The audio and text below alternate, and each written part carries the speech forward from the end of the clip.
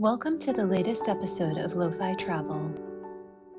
Is Lao food really the worst food in Southeast Asia? Let's talk about it. I don't consider myself any type of foodie or gourmand. I do make an effort to try local food wherever I travel. I'm willing to try anything once, even if I can only stomach a couple bites. Usually, when I arrive in a new city, I'm in Anthony Bourdain mode and will order several of the most exotic dishes at the oldest and most traditional restaurants several days in a row. And then I inevitably exhaust my tolerance, if not my curiosity, in maybe a week or 10 days. Then it's fruit smoothies, salads, and generally bad Western food until I feel emboldened again. While I have experienced some novel flavors in Lao, and I never regret trying, to be brutally honest, I haven't enjoyed much. Here are the positives. There's a unique smokiness to Laotian food due to the local pepperwood methods of fermentation and charcoal grilling. The negatives: most of the food is blandly herbal, in my opinion. Many cooks seem frightened to prepare any spicy food for me, even when they've asked and I've assented. They'll tell you again and again how spicy Lao food is, but most of them will not prepare it for someone my age and color for fear that I'll hate it. Finally, the quality of meat and fish is generally very poor. It's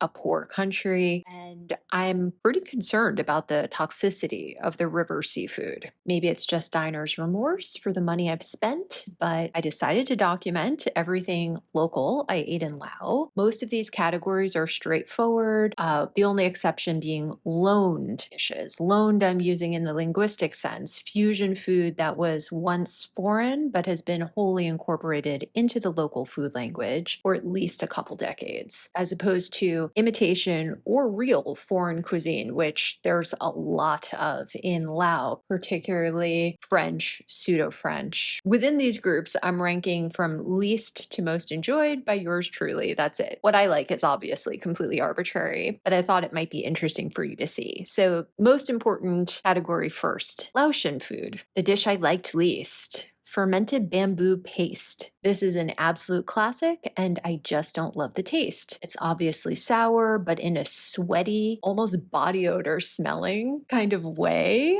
which I personally hate. This one is from Kulao Restaurant in Vientiane, the most historic, most expensive restaurant in the country. If they can't do it, no one can. Next, whole fried fermented swallows. You are supposed to eat them like soft shell crab, but with a 3% risk of hospitalization for GI obstruction. The bodies taste burnt and livery. The limbs are just as chewy as you think they will be. And the skulls, the tiny bird skulls and brains, I just couldn't. This dip is a mild eggplant tomato chili. This is also at Kulao. If you're going to order a specialty like this, order it there. Mixed soaked malva nuts with boiled fish fillet, herbs, Lao eggplant, long beans, and pea eggplants. This was way too watery and herbal and bland for me. Grilled fermented Mekong River fish eggs steamed in a wrapped banana leaf. What I didn't understand is that this is not just the eggs. I think they mean more like the ovaries. This is a delicacy because it is only available for maybe 2.5 or 3 weeks in the year. I've had the cheaper, available year-round fish and crab versions already in Thailand and didn't love them, but found them edible. This was much the same, but even stronger tasting, and therefore to me, somewhat less edible. I'm eager to like this dish, but 0 for 3 so far. Kwa mi: fried noodles with scrambled eggs, blood pudding, and bean sprouts. It's considered Lao's answer to pad thai. The blood pudding is far more mild, even sweet than you might expect, and it has a super light jelly texture. It was just okay for me. It's kind of local organic fast food. You're supposed to junk it up with fish sauce and chili sauce. Tofu lap from tamarind.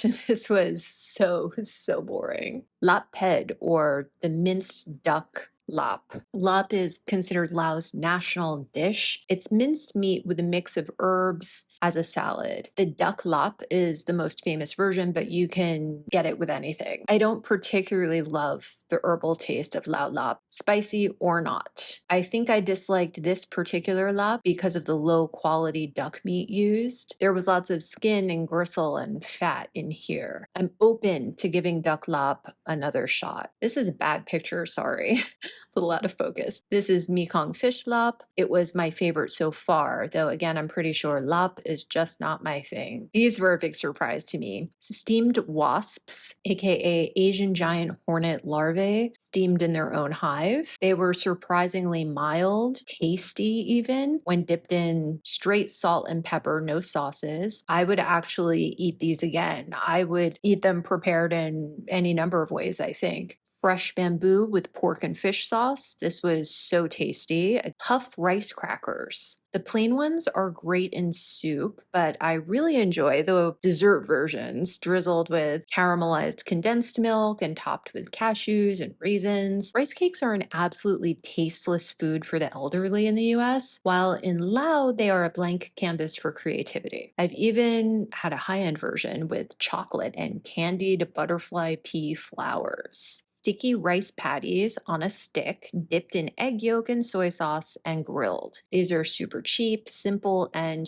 ubiquitous because they're easy to eat on the go. Sun-dried pork and sun-dried buffalo meat. Both are marinated in a mixture of fish sauce, black soy sauce, oyster sauce, and chopped cilantro, lemongrass, garlic, ginger, and galangal, then quickly deep fried to make them soft again. This one was a little half-assed and served with a kind of sweet peanut sauce. I'd like to try more properly, thoroughly sun-dried versions of this dish. I really liked the snack version they sell at local mini marts, which is like a honey dipped jerky, unripe papaya and mango salad. I don't like the Lao version, which uses more unripe mango, as much as the Thai version, which is usually only green papaya, but it's not because of the fruit. Apparently, Lao recipes are flavored with more pungent nam pu or crab paste and pedek, a chunky, thick fermented fish sauce, whereas the Thai versions go light, unfiltered fish sauce for a more subtle effect that lets any sweetness in the fruit come through. Luang Prabang salad. It's a classic green salad with tomatoes, cucumbers, lettuce, hard-boiled eggs, and an oil-based egg yolk dressing. It is topped with peanuts. They can make it with different meats if you want. This one was served with chicken. Stir-fried matsutake mushrooms. I've never met a mushroom I didn't like, and these are no exception. I understand logically why they are so pricey. Practically, they're only harvested in the wild once a year in pine forests. Culturally, they're presented as gifts and served on special occasions. However, I was unable to appreciate the strong or delicious cinnamony flavor they're famous for, and therefore found them absurdly overpriced. I think this might be because I ordered them stir-fried with garlic and onion as suggested by Kulao restaurant. I regret that. Maybe simply grilled would have allowed me to understand them better. I'm not against trying these again. Eggplant stew made with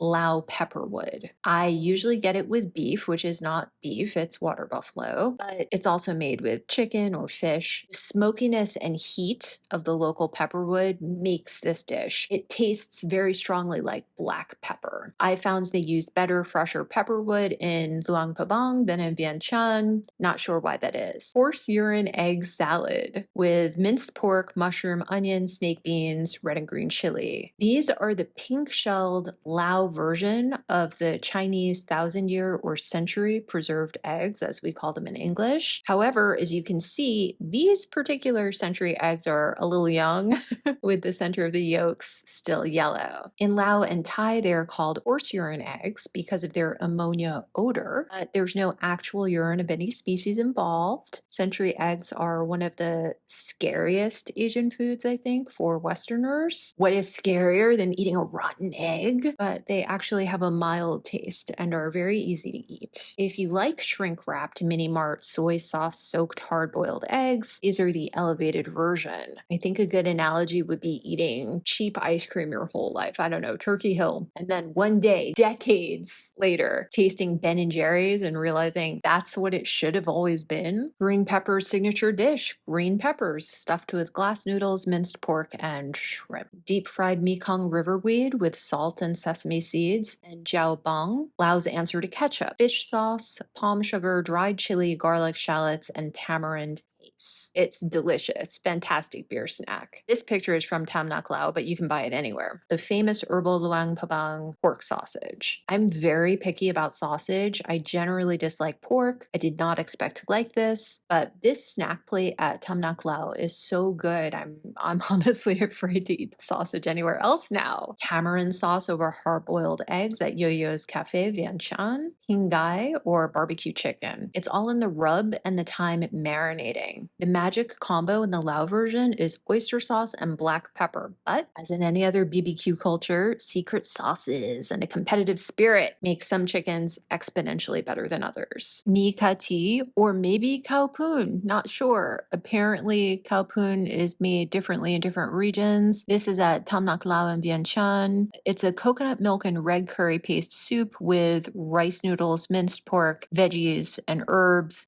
They were so worried about the spice level for me, but I found this sweet, if anything. Deep fried pork stuffed bamboo shoot. If anyone had told me before I moved to Asia that I would be eating bamboo, I would not have understood. Like eating furniture? What? It's not what you expect at all. These are delicious. Probably one of the best foods I ate in Laos. Fried Mekong River catfish. Many menus feature Mekong River fish without explaining which fish exactly they're selling. While almost anything fried and spicy is tasty, of course, I vastly prefer a thick, white, flaky fish to anything flat, slimy, and gray. I think most people do. Even at the same high-end restaurant, quality can vary, though. The first time I ordered this at Le Kalau in Luang Prabang, it was great. Second time, not so much. I've also recently read pretty frightening reports about severe heavy metal and chemical poisoning of Mekong River food sources, thanks to the explosion of unregulated Chinese factories on the river over the past decade. In a rural country like Laos, fish, frogs, and crab seem like the freshest, cleanest protein you can get, but they may actually be quite dangerous at present. I'm a little worried.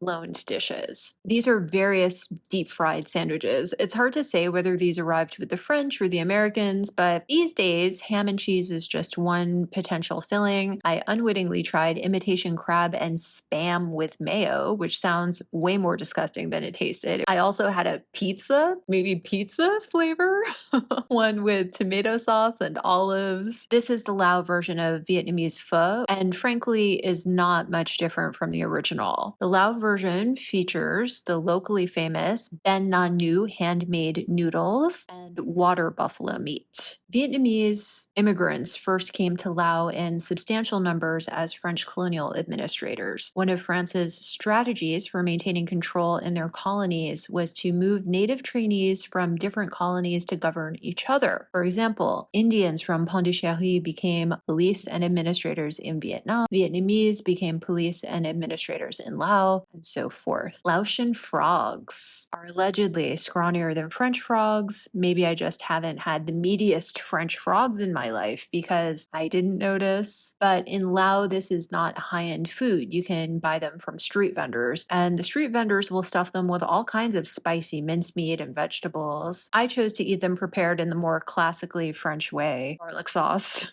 Finally, a borrowed dessert or breakfast item, candied hawthornberry and shredded coconut cake. This is a local take on the classic Chinese wife cake made with winter melon. Chinese bakeries are very common in Laos. Chinese immigrants are very common in Laos. They deliver their goods to mini marts and restaurants daily. Junk food.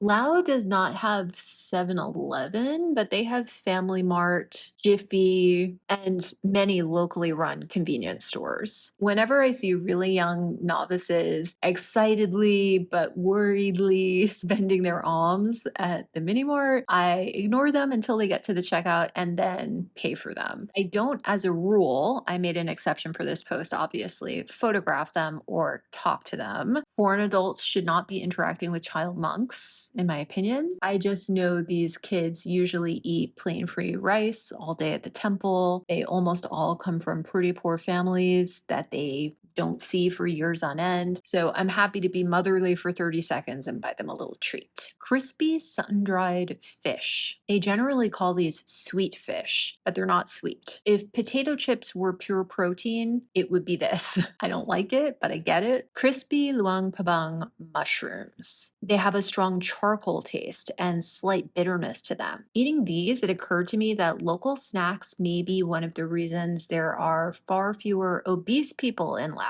Snacks like these scratch the itch. They're crunchy, a little bit salty, smoky, slightly bitter. They push your palate, they satisfy you. But even with a couple big beers, it would be impossible to eat an oversized bag of them. Quite unlike the ease with which engineered American junk food, like a family sized bag of Ruffles or a whole sleeve of Pringles, can be downed.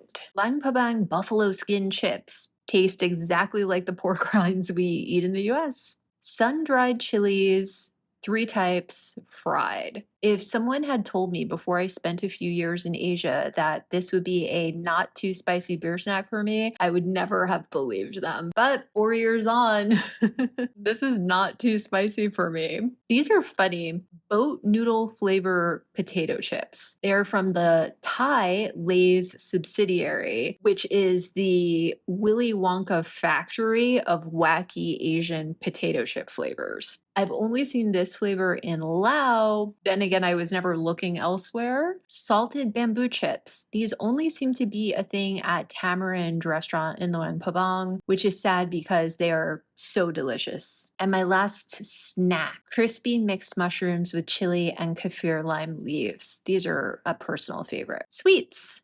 Siang Kuang, Natural Highlands Forest Honey. Ignore the food it accompanies, please. I can think of few co-locations I despise more than Banana Pancake Trail. I found this honey too sweet and I think it lacked complexity. Though I also wonder if it was even the real thing because the quality at this restaurant was not great. The food and the prices are very clearly intended solely to bilk Western tourists. So not sure I would try this again. Their main crime is just serving old food. These pancakes tasted sour. Ice creams. The texture of the local ice cream is more ice, less cream. The flavors are very mild. There's much less added sugar. This one is durian. I don't mind notoriously stinky durian, but it's not my favorite either. This one is jackfruit flavor. This is black bean and coconut. And finally, my favorite of the local flavors, purple sweet potato and taro. Coconut cakes. These are a backpacker night market favorite. Personally, I think they could do with a pat of butter or a tiny slice of fruit. Both. Am I trying to make them into the scones they're not? Coconut custard with fresh fruit. This is probably the most common dessert in Laos. It's okay. Sugared tamarind, sweet and spicy. These are lovely, despite their very regrettable turdy appearance. I prefer a jam. Those fried banana crisp tamarind jam sandwiches they sell in Thailand at mini marts are chef's kiss, but this is good too, especially if you're craving a sweet or need to add a spicy and sweet touch to baked goods or cooked dishes. And this is the Laotian dessert platter at Tamarind Restaurant. This is the restaurant famed for Gordon Ramsay's day out fishing with the owner/chef. These desserts are barely sweet by American standards, but only marginally healthier, I think. I don't mind them. First up, we have a sweet pumpkin slice with egg and coconut custard. tapioca thickened coconut and pandan custard. This is the most aesthetic version of it I've ever seen, by the way. Purple sticky rice with coconut and banana, a sticky rice pancake drizzled with local honey, and mini cow nam coke, those coconut cakes. Oh, and last but not least, banana fritters, a very popular dessert and street food. The butterfly pea flower trend, I wasn't really sure where or how to talk about this. Butterfly pea flower has a very strong natural blue shade that turns to purple when you add acid. It has taken over all drink menus aimed at ladies, alcoholic and non-alcoholic. It is the purple drank of Lao alcohol. Is that ginseng? Huge crickets? I don't know. It tasted like Robitussin. This was at Sukfi Marn Vientiane, which has a nice little selection of Lao Lao. This restaurant thought a gin and tonic meant a double shot of Lao Lao and a ginger ale, which both tasted bad and made me laugh. Beer Lao. None are particularly great. In my opinion, white is the best. It's also the hardest to find, and green is the worst and the most expensive. Lao does not have a cheap homemade beer culture like Vietnam. It's beer Lao in every house and every restaurant. And Lana Zang, the sadly distant, also ran to beer Lao. Lan Zang is the ancient name for the kingdom around Luang Prabang. The beer is fine and it's cheap, I guess. Nothing special here, just like its competitor. Ginseng Lao Lao. This was okay. I liked it. And ginger Lao Lao, my favorite. They call any locally made moonshine, especially the kind with bits and bobs in it, whiskey, which always makes me laugh. These are foods I didn't have a chance to eat, but intend to next time if I can. This was an outside roadside tented restaurant and grill across from the Parksons Mall that's maybe half complete in Vientiane. It was absolutely poppin' with locals at lunchtime. If I hadn't literally just eaten, I would have eaten something. Everything here was popular. People were eating all of it. Next time I'm in Vientiane, I'm definitely going for lunch. Banana flowers. The banana flowers, the one in the center, are apparently a superfood. I did not know that. I haven't seen them on any menus, but I did see them offered in this little market near Champasak. I'd like to try this. Ant eggs. I tried to order these at the higher end restaurants in Vientiane, only to be told they were out of season in December and unavailable. I found these at a market in the south where perhaps the seasonality is different, but sadly, my hostess was coming home from a crazy long drive to Thailand and back, and I just didn't want to impose on her by asking her to prepare them for me. If you're in Laos in, I suppose, October, November, and egg salads. These are foods I will not try, but they were so novel, I had to take a picture. All the parts of the chicken, feet, head, neck, organs. I admit I do personally currently draw the line at fried chicken liver. Love fried chicken liver, but Laotians favor the heart. Samu, fermented pork. I bought a tiny bit by accident from a kind old lady with a roadside stand. It was wrapped in a banana leaf and I thought it was rice. Just the smell of it made it a no for me, but it's extremely popular. As clean and healthy as they could be, these are chubby countryside rice paddy rats. I will never choose to eat this. It is culturally too difficult for me, but I understand the choice. Never say never, I guess. Sun-dried snake heads and geckos. Actually, I think I can say never in this case. Finally, and this one's for the alcoholics, Hanoi Club VIP Ocean Superman Vodka Rice Fermentation Alcohol. That doesn't seem like ethanol poisoning in a bottle at all. My food wish list for my next visit to Laos. Crispy coconut rice, rice noodle soup with fermented soybean tomato sauce, chicken soup with fish sauce and tamarind, the soup with fermented noodles, and bamboo and yanang leaf stew. I hope if you are headed to Laos that this video gave you some ideas about what to eat and where to eat. See you next time. Don't forget to like, share, and subscribe.